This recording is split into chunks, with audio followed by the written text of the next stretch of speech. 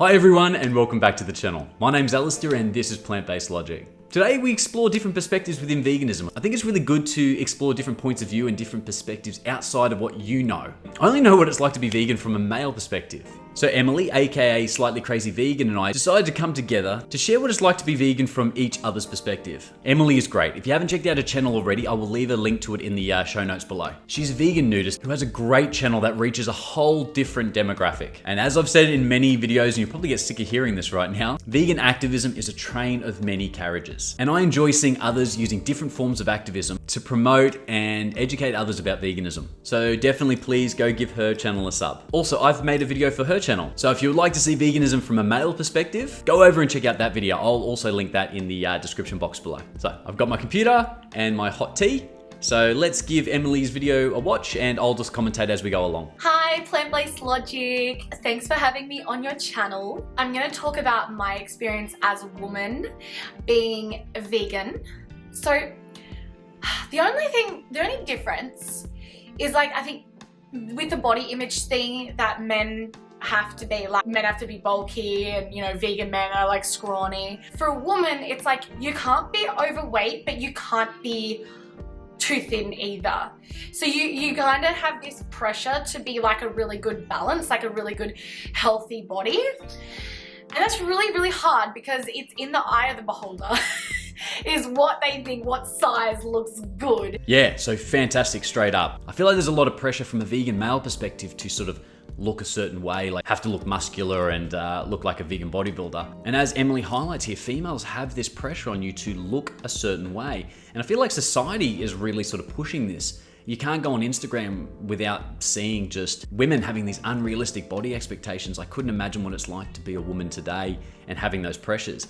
Very interesting point though you make. I didn't even think about this. Is it's not about looking thin or curvy. It's about trying to find that middle ground, which I haven't really thought about before. It's so true. Like with guys, it's just get big muscles. I've felt this pressure before on my channel. I have a lot of mean comments. That's such a mean comment. I just feel the audacity of people that they feel like they can just say those things.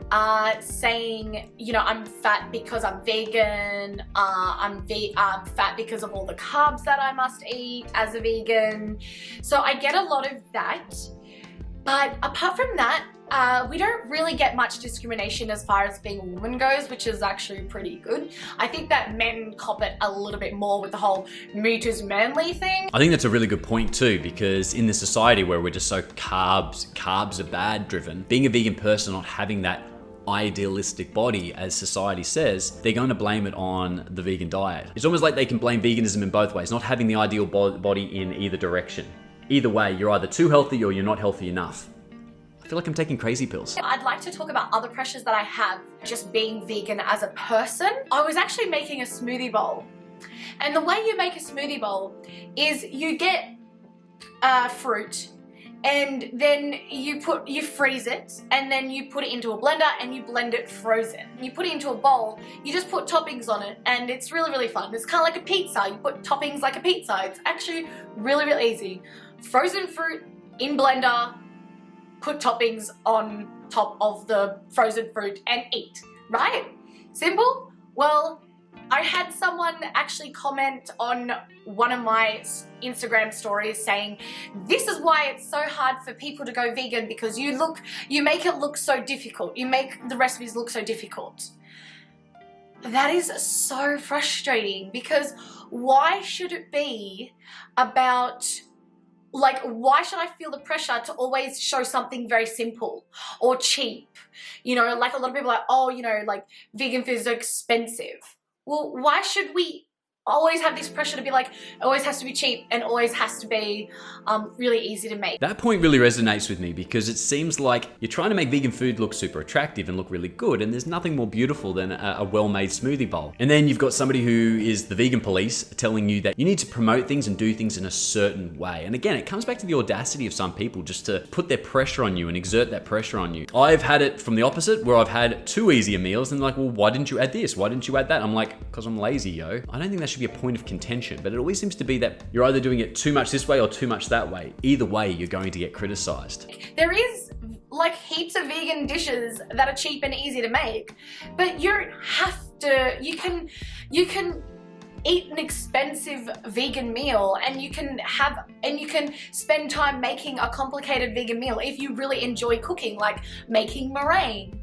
Like making meringue, a vegan meringue is as difficult as making a non-vegan meringue, but no one really tells off, like, you don't see vegans saying to non-vegans, oh my god, I don't know how you do it. Like, making non-vegan food takes like so long, and like vegan food is so much quicker. Like, I don't really hear that. I do feel a pressure sometimes to, not spend too much on my groceries. I just don't want to be like stinging when it comes to the groceries. People like stinge, then they'll spend like $200 on alcohol or something. But I feel as a vegan, it's like, oh, but it's so expensive, and I hear that all the time. But beans, rice, lentils, they're some of the really, like, the cheapest. Yeah, definitely that resonates because you always hear the excuse, oh, veganism is so expensive. Well, guess what? It's not. It's not expensive. As you say, beans, rice, lentils, all those things are super cheap. I think it's just any excuse for people just not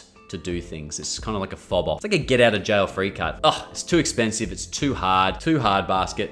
I ain't doing it. Food.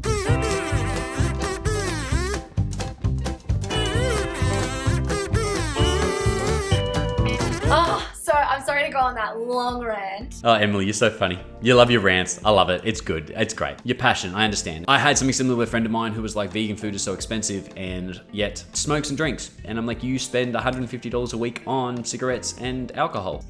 But yeah, as a woman, just summarizing everything, I feel like I can't be overweight, but I can't be too skinny as a vegan. Have to be just right, which pretty much is the same as like just being a woman in general.